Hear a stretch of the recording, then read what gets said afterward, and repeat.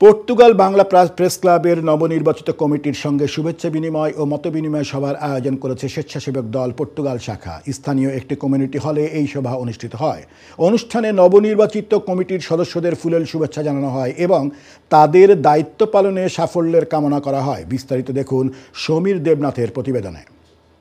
স্বেচ্ছাসেবক দল পর্তুগাল শাখার আহ্বায়ক মুকিতুর রহমান চৌধুরী সেলিমের নেতৃত্বে গত 7 ডিসেম্বর রবিবার পর্তুগালের রাজধানী লিসবনের একটি রেস্টুরেন্টের হলরুমে পর্তুগাল বাংলা প্রেস ক্লাবের নবগঠিত কমিটির সাথে শুভেচ্ছা ও মত বিনিময় সভা অনুষ্ঠিত হয়।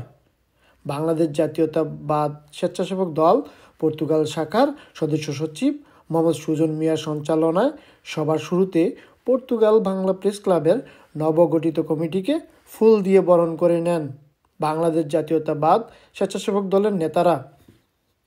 বাংলাদেশ জাতীয়তাবাদ স্বেচ্ছাসেবক দল পর্তুগাল শাখার আহ্বায়ক মুকিতুর রহমান চৌধুরী বলেন, পর্তুগাল বাংলা প্রেস ক্লাবের সাথে জাতীয়তাবাদী স্বেচ্ছাসেবক দল প্রবাসীদের অধিকার আদায় ও মানবাধিকার নিয়ে কাজ করবে।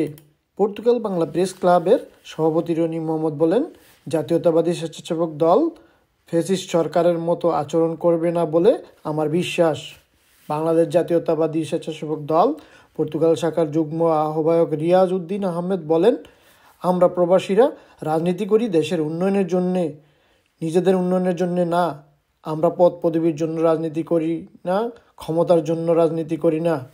আমরা সমস্ত প্রবাসীদের উন্নয়নে কাজ করি।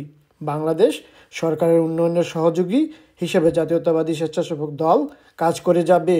সবাই আরও বক্তব্য রাখেন পর্তুগাল বাংলা প্রেস ক্লাবের সাবেক সভাপতি রাসেল আহমেদ, সাবেক সাধারণ সম্পাদক শহীদ আহমেদ প্রিন্স, সাংগঠনিক সম্পাদক আমিরুল ইসলাম নয়ন, প্রচার সম্পাদক হাফিজ আল আসাদ, বাংলাদেশ জাতীয়তাবাদী স্বেচ্ছাসেবক দল পর্তুগাল শাখার যুগ্ম আহ্বায়ক মোহাম্মদ রিয়াজ উদ্দিন, মোহাম্মদ আমান, মোহাম্মদ শোয়েব চৌধুরী, মোহাম্মদ জয়নুল টিপু, মোহাম্মদ ইমন, মোহাম্মদ ইমরান, মোহাম্মদ শাকিল আহমেদ এবং সদস্য শাওন আহমদ, ফাহিম আহমদ, মোহাম্মদ নাজমুল হাসান, মোহাম্মদ মুকিত ও মোহাম্মদ আরশ আলী। Samir Debnath, Ayan TV, Portugal.